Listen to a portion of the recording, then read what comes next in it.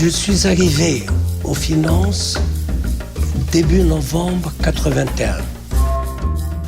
C'était à la suite d'événements douloureux et de manifestations dans les principales villes après les décisions de relèvement des prix des denrées de première nécessité opérées par le Maroc. Bienvenue à l'écoute de ce podcast du Fonds monétaire international.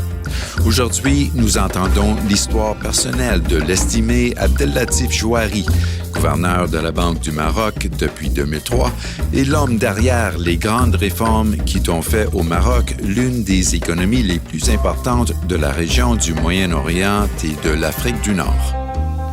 Merci beaucoup, Monsieur le Gouverneur. Merci d'avoir accepté notre invitation pour enregistrer l'édition spéciale de notre magazine Finance et Développement consacré aux assemblées annuelles de la Banque mondiale et du Fonds monétaire international à Marrakech en octobre 2023. Taline Koran-Chalian est directrice adjointe du département Moyen-Orient et Asie centrale du FMI. Elle s'est entretenue avec le gouverneur Jouari au Maroc pour parler de sa longue et éminente carrière. Monsieur le gouverneur, commençons cette conversation par les années 80, lorsque vous étiez ministre des Finances. Oui. Que retenez-vous de ces jours? Quels souvenirs vous avez de vos premiers jours en tant que ministre des Finances du pays? Ah là là. Évidemment, il faut resituer ça dans le cadre de la conjoncture internationale. C'est les années post-deuxième choc pétrolier de 79, avec des éléments extérieurs où les taux d'intérêt, le prix du pétrole, tout ça était très fort. Et dès mon arrivée aux finances, je voyais déjà les fragilités auxquelles on allait faire face.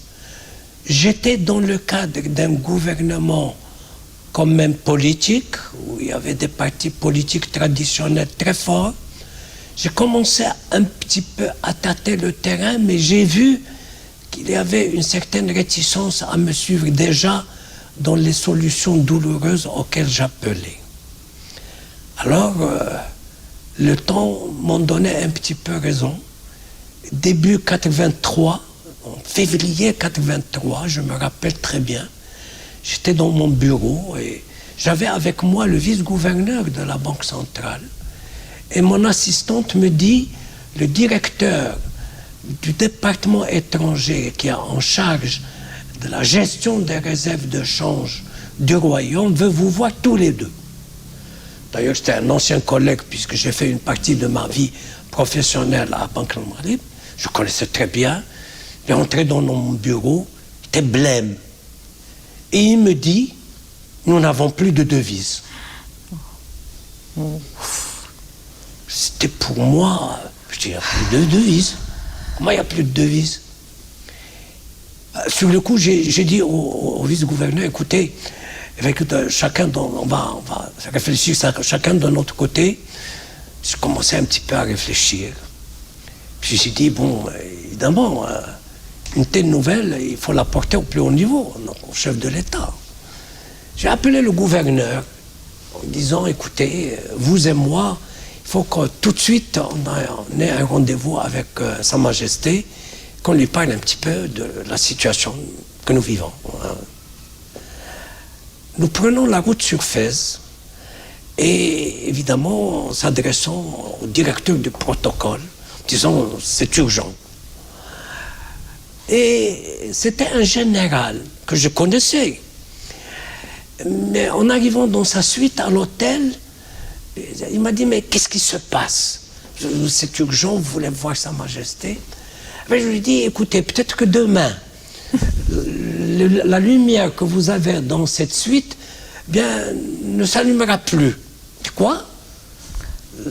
La lumière ne sera plus dans... Oui, nous sommes dans une situation, peut-être demain, vous n'aurez pas votre lumière. Et donc, le lendemain, il me rappelle et il me dit, Sa Majesté t'attend, mais tout seul, sans le gouverneur. Donc, je me rends le lendemain, très vite, j'ai été reçu par le roi, je me rappelle, j'ai cette image, chemisette, assis. Derrière lui, il y avait une fenêtre en fer forgé. Il dit, mais qu'est-ce qu'il y a? Qu'est-ce qui se passe? Je dis, Majesté, voilà, j'étais dans mon bureau. Voilà. Pour se me dire, on n'a plus de devise. Elle me dit, alors, qu'est-ce que tu proposes? Je dis, c'est une situation tout à fait nouvelle pour moi. Hein. Maintenant, ce que je vous propose, vous me donnez 48 heures. Je vais demander à l'équipe du Fonds monétaire international, et évidemment à travers mon interlocuteur qui était celui avec qui je négociais déjà, au fond habituellement, au titre des articles 4, effectivement, j'arrive à Washington. C'est à moi, ce moment-là, que j'ai compris ce que c'était que le Club de Paris, le Club de Londres, le programme avec le Fonds monétaire international, etc. Et c'est le point de départ. Vous voyez que c'était avec l'équipe du Fonds. C'est avec l'équipe du Fonds que je suis revenu.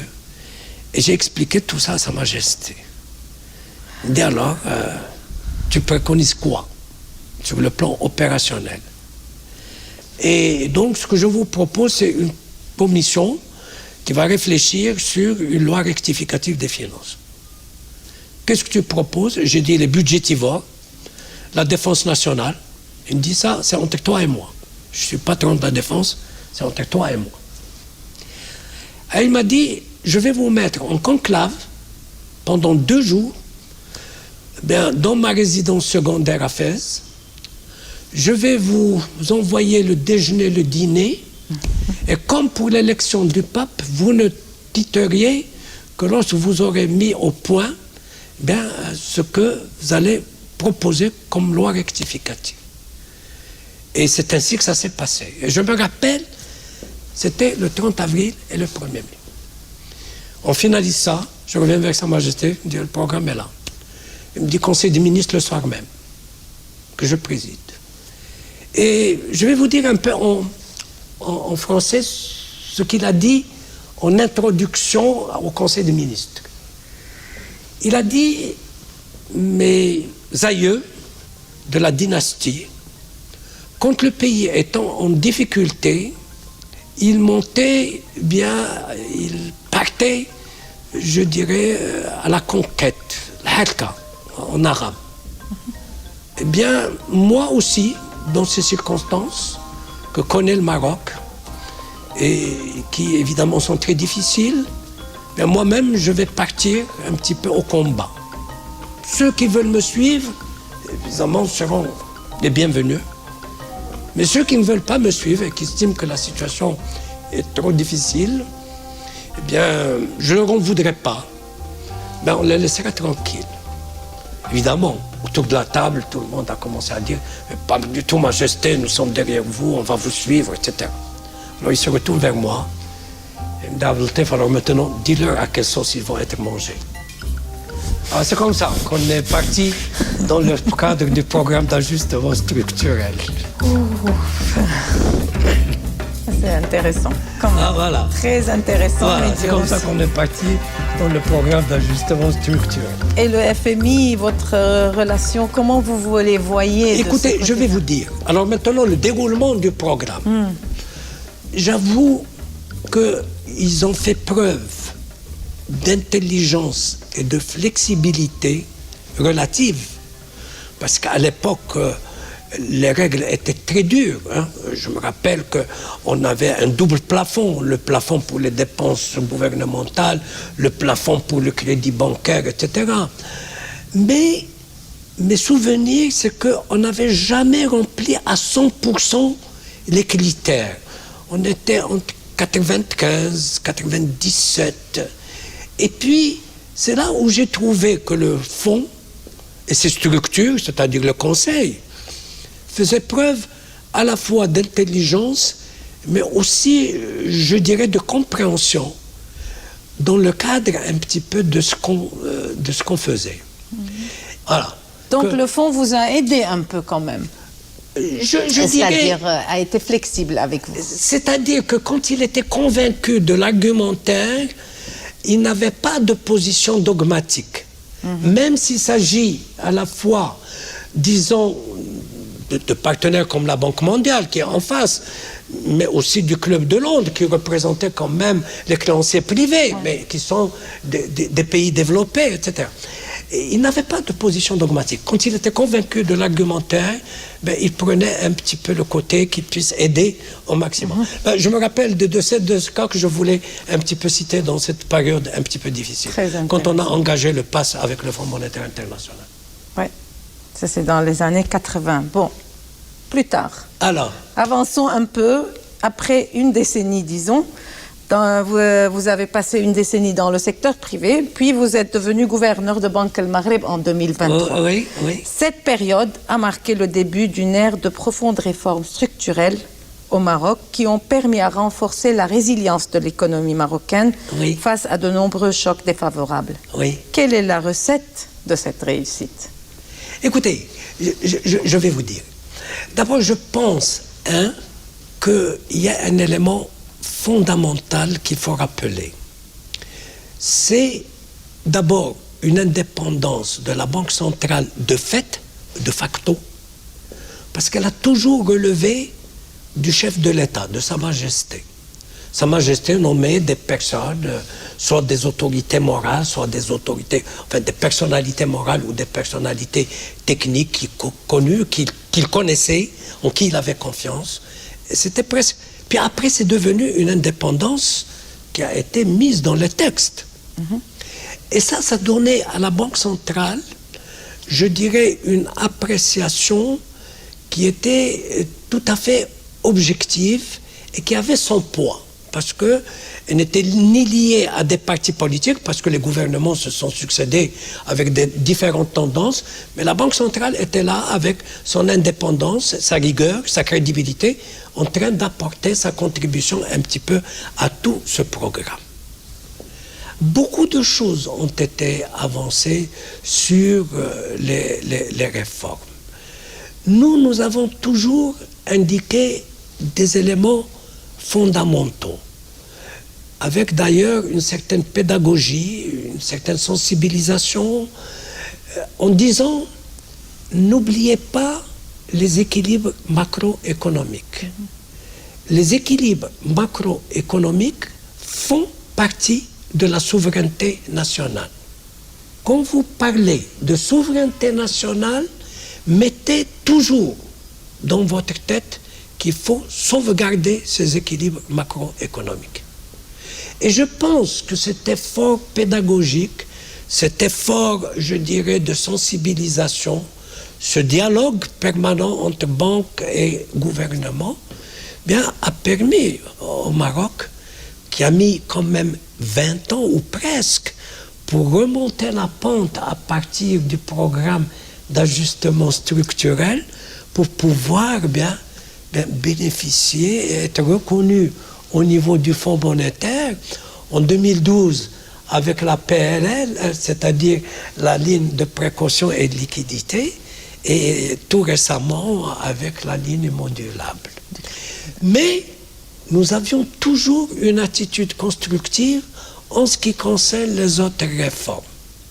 Tout à fait, monsieur le gouverneur. Ça fait plaisir d'entendre ça, parce que pour nous, c'est un point essentiel. Alors qu'il y a beaucoup de personnes qui disent que peut-être qu'on doit voir plus les réformes structurelles, mais la stabilité macroéconomique et les équilibres macroéconomiques sont la base aussi, font partie. C'est une nécessité pour le reste. C'est le prérequis. C'est ça. Je vous donne un exemple, c'est très simple. Nous sommes sur le régime de change. Nous estimons que c'est une réforme très importante que nous avons menée avec l'appui du Fonds monétaire international. Et je vous dirais que les équipes que nous avons eues, quand nous avons engagé la réforme sur le régime de change, étaient des équipes de très haute qualité. De très haute qualité. Je mesure mes mots. Non seulement ils nous ont permis nous-mêmes de constituer nos équipes, mais en même temps, ils étaient d'une disponibilité et répondaient très rapidement aux différentes questions qui se posaient, et surtout, je dirais, aux changements qui se sont opérés avec le Covid. avec le changement de Covid, au niveau des modélisations qui devaient égaler, là aussi, il faut bien le dire. Bon, je vais plus loin. Dans les articles 4, et ça va nous ramener à ce que j'ai dit dans votre première question. Au titre de l'article 4, on voyait souvent le Fonds monétaire me dire, écoutez, les prérequis sont là, il y a une belle fenêtre, est-ce qu'il ne faut pas passer à la deuxième étape? Je dis attention, c'est pas que, oui, nous avons les prérequis, mais je ne suis pas très sûr que les opérateurs sont préparés ou sont totalement préparés. Et je dois avouer qu'ils l'ont repris à 2 reprises, mais que la troisième, dernière, au niveau de l'article 4, ils n'ont pas repris cette exigence. Et là aussi, je retrouve l'intelligence du fonds, le fait que sur le plan de l'argumentaire, il est sensible à l'argumentaire, et que là aussi, il n'y a pas cet esprit dogmatique dont souvent on taxe le Fonds monétaire international, mais que j'ai vu que dans le cadre des relations que j'ai eues avec lui, au contraire, est-ce que je suis un vieux négociateur avec lui et qu'il me fait un petit peu confiance, mais de toutes les façons, nous avançons toujours intelligemment. Et là aussi, c'est des choses que nous allons devoir préparer au fur et à mesure et qui sont des réformes terriblement importantes. Mais là, nous disons, attention, un des prérequis, c'est la soutenabilité budgétaire. Et même au niveau de la modulable, nous sommes heureux, les fondamentaux sont très solides. Mais dans la discussion, le fonds a été très clair. Il nous a dit, vous voulez l'obtenir, il y a 3 conditions essentielles. Vous sortez du GAFI, votre soutenabilité budgétaire à moyen terme est là, elle est affirmée, et vos réserves de change sont à un niveau qui nous agrée. Une fois qu'on a dit ce qui est essentiel est là, on est arrivé au niveau de la négociation très vite pour aboutir à la finaliser dans les meilleures conditions. Tout à fait. Bon, si on compare les années 80, votre relation avec le FMI dans les années 80 et plus récemment, selon vous, comment le FMI a évolué? Vous avez vu une évolution? Je crois que l'évolution a été énorme, très honnêtement. Très honnêtement. Je me rappelle que dans les années 80, c'était le menu à la carte. Ok. Ça. Je crois que maintenant, les choses évoluent en fonction de l'appréciation qui est apportée sur la situation de chaque pays, avec, je dirais, une analyse approfondie, la spécificité qui est là, les évolutions qui sont en jeu, le fait de voir est-ce que les engagements ou les promesses formulées par le pays sont tenues ou pas, tout ça, ce sont des évolutions que j'ai senties. En plus, qui est très très important, c'est qu'il y avait dans les années 80 des sujets tabous que le fonds n'abordait jamais. Par exemple, la corruption, le fonds n'abordait jamais le problème de la corruption. Quand vous abordez la répartition des fruits de la croissance, le fonds n'abordait pas. C'était la croissance, et puis on n'en parlait pas. Ouais. Maintenant, on parle de corruption. Maintenant, on parle de croissance durable, inclusive. Donc, on parle de cibler les aides. On parle aussi sur le fait que sur le plan des relations avec le fonds, là aussi, quand je vois le code de transparence du fonds auquel nous avons souscrit, et nous avons été parmi les premiers de cette région à souscrire, mais je trouve qu'il y a là des évolutions qui sont énormes, qui ont été faites entre les années 80 et maintenant. Et je suis persuadé que maintenant, c'est une dynamique qui est en train, au contraire, de plus en plus de se développer. Quand je vois ce qui a été fait au niveau du Covid, et que l'attitude du fonds et de la banque vis-à-vis des pays développés en ce qui concerne l'accès aux vaccins des populations démunies, et qu'ils ont tapé sur la table du G20, je vois que ce sont des évolutions qui sont énormes. Oui. très importante. Quand je vois que ce qu'ils ont tapé sur la table en disant pour les pays pauvres, en ce qui concerne la dette, leur dette, soit à ce qu'ils sont en train de faire, de réunir un petit peu tous les créanciers ensemble, privés, publics, etc., sont des évolutions qu'on ne voyait pas. Et maintenant, avec le changement de paradigme que nous sommes en train de voir, le fonds est présent. Parce que nous allons faire lundi avec la directrice générale à son arrivée, en parlant de monnaie numérique banque centrale, c'est énorme. Je lui dis, dans un pays où le cash est énorme, parce que déjà nous sommes en train de travailler là-dessus avec l'appui du fonds technique, du fonds et de la banque. Je viens d'ailleurs de recevoir le dernier rapport de la mission technique, qui est de très haute qualité aussi. Je vois qu'il y a des évolutions qui se sont faites de façon énorme. Et c'est ça l'intelligence, et c'est ça ce qu'il faut développer. Et c'est ça ce qui, à mon avis, va devoir réconcilier aussi nos populations qui avaient, quand vous leur parlez du fonds, le fonds était vu comme étant celui qui imposait ses dictats. C'est celui qui représentait les pays développés, qui ont l'influence sur la décision. Mais maintenant, ça commence à évoluer autrement. Merci, monsieur le gouverneur. Très intéressant, bien sûr. Jusque-là, nous avons parlé du passé. Oui. Maintenant, projetons-nous dans le futur. Oui. Bon, l'économie mondiale, on est dans une incertitude qui est assez élevée. Il y a une fragmentation géoéconomique qui est en train de se passer. Mais en même temps, le Maroc, aujourd'hui, entame une nouvelle série de réformes avec l'ambition de rendre la croissance plus forte et plus résiliente et plus inclusive. Quelles seraient, selon vous, les clés de succès de ces réformes? Et comment vous voyez le rôle des institutions internationales, que le FMI ou les autres, dans cet environnement international pour accompagner le Maroc et les autres pays dans ces réformes? Oui. D'abord, je pense que ce qui m'inquiète, c'est maintenant la domination du politique. Il y a maintenant une fragmentation géopolitique qui est énorme et dont on ne voit pas quelle solution. J'entendais encore aujourd'hui la Russie poser les conditions pour une paix. Je me demande comment, de l'autre côté, on va pouvoir accepter des conditions comme celle-là. Où va-t-on? C'est ça le problème. Où va-t-on?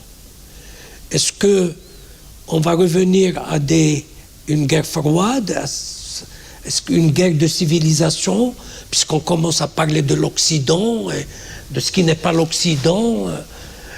Puis, ce que je vois, c'est que maintenant, tout le monde se cherche. Quand je dis se cherche, on se dit quel clan je vais choisir. Est-ce que je choisis tel clan ou tel clan, ou je vais me mettre un petit peu au milieu en attendant?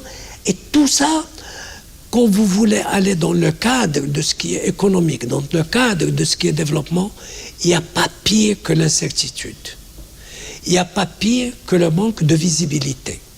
Quand vous n'avez pas de visibilité, quand c'est de l'incertitude, ça, ce sont des prémices, ce sont un environnement qui n'est pas du tout propice au développement économique et financier. Évidemment, nous, en tant que pays, nous sommes dans la même situation, parce que ça s'impose un petit peu à tout le monde. Ce que je dis, et j'espère que de l'autre côté, dans cette conjoncture qui est née avec la guerre de l'Ukraine, le deuxième élément, c'est que pas mal de populations n'ont pas vu leur situation s'améliorer avec la mondialisation, la globalisation, le multilatéralisme, l'ouverture, alors qu'on disait ça va être porteur au contraire de richesse, de plus de richesse, de plus de bien-être. Ça, les gens sont... Et puis, il faut bien le dire aussi, à travers le monde, c'est qu'il y a un délitement au niveau des élites politiques. On le voit. On le voit. On le voit à travers le monde, que ce soit d'ailleurs dans les pays développés, pays émergents ou les pays en développement. Et ce délitement fait que la population n'a plus confiance au niveau de ce qui est politique ou de ce qui est public. Et d'ailleurs, cela rejoint un petit peu ce qu'on disait tout à l'heure. Les banques centrales deviennent des centres, je dirais, de dire vrai. De dire vrai. Et on a plus confiance dans ce que dit la Banque centrale qu'en ce qui concerne un petit peu ce que disent les politiques. Ceci dit, il faudrait rester quand même optimiste. Sinon, bon, ben, on va rentrer chez soi et s'enfermer. Rentrer chez soi et s'enfermer. Il faut rester optimiste. Il faut rester optimiste. Je pense, et c'est là où les organisations internationales, et d'ailleurs c'est là où je trouve qu'il y a de l'intelligence aussi, remettent sur la table la réflexion sur leur propre mission. Comment elles doivent remplir leur nouvelle mission. Dans quelle direction? Qu'est-ce qu'elles doivent prioriser? Et c'est là où, eh bien, ce que je dis, nous devons également réfléchir à ce que le monde apporte à ces générations à venir. Ce sont ces jeunes générations. Quoi leur apporter? Parce qu'on aura beaucoup de destruction d'emplois, mais quel nouveau emploi? Et tout ça effraie un petit peu. Et c'est là où l'assistance sur le plan de la conception des politiques, des priorités à mettre en œuvre, et évidemment de la convergence entre ce que doit faire l'État, ce que doit faire le secteur privé, la convergence de pouvoir faire capitaliser sur les efforts des uns et des autres pour aboutir à des résultats probants, me paraît d'être peut-être pour l'avenir maintenant ce à quoi il faut qu'on réfléchisse ensemble. Je n'ai pas de solution miracle, il n'y en a certainement pas, mais c'est la réflexion globale, la réflexion d'ensemble, et c'est pour cela que la réflexion que nous allons déjà mener au niveau de la monnaie numérique Banque centrale fait partie de ces changements de paradigme et de ces échanges d'expériences avec pays développés et pays en voie de développement, de façon à ce que nous puissions bien réduire ou éviter cette fracture au niveau numérique. Numérique, tout à fait. Bien sûr, monsieur le gouverneur, tout à fait. Et ceci me ramène à la dernière question que j'ai sur les assemblées annuelles en octobre. Oui. Parce qu'on est dans cette situation et vous avez mentionné les fractures numériques, climatiques, de développement. Et disons, quelles sont vos attentes de ces assemblées? Qu'aimeriez-vous voir au cours de cette semaine pour que vous dites que ces assemblées ont bien réussi? Mais écoutez, évidemment le problème est plus complexe maintenant qu'au niveau des assemblées que j'ai vécues. J'ai été à Bali en 20 ans, j'ai été à Dubaï, j'ai été où encore Lima. Non, j'ai été absent à Lima. Mais le reste, Turquie, j'ai Istanbul. Mais maintenant, oui, Istanbul, bien sûr, j'ai été à Istanbul. Mais maintenant, cette complexité de fragmentation géopolitique, géoéconomique, qui s'ajoute à des changements de paradigme qui vont très très vite, qui ont leurs opportunités, mais qui ont également tous les risques qu'ils comportent, et qui sont des risques essentiels et importants. Alors, qu'est-ce qu'il faut prioriser? Quel message il faut porter? Et comment par la suite assurer le suivi et l'évaluation de ce que nous avons fait? Si nous avons à Bali fait la déclaration sur les fintech, alors il est difficile d'imaginer quelle va être la déclaration Marrakech. C'est quoi? C'est quoi? Un peu difficile, un peu difficile. Pour synthétiser tout ça, quoi prioriser? Quoi prioriser? Bien sûr, on doit dire, on ne va pas enterrer le multilatéralisme. Il ne faut pas enterrer le multilatéralisme. Sinon chacun pour soi, je crois qu'on va revenir des décennies en arrière.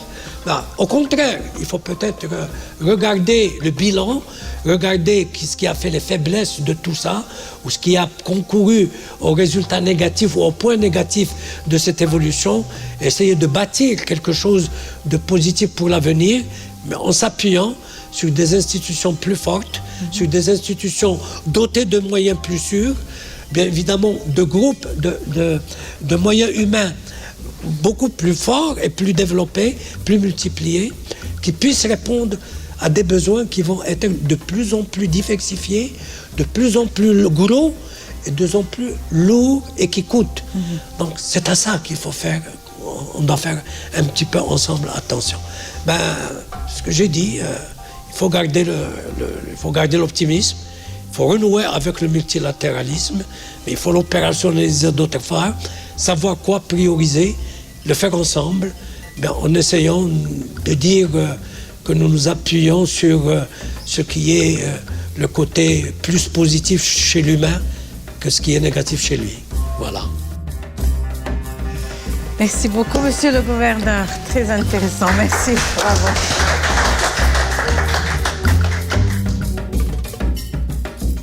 C'était Abdellatif Jouari, gouverneur de la Banque du Maroc, qui s'entretenait avec Taline Koran-Chalian, directrice adjointe du département Moyen-Orient et Asie centrale du FMI, à la veille des assemblées annuelles 2023 qui se tiendront à Marrakech en octobre.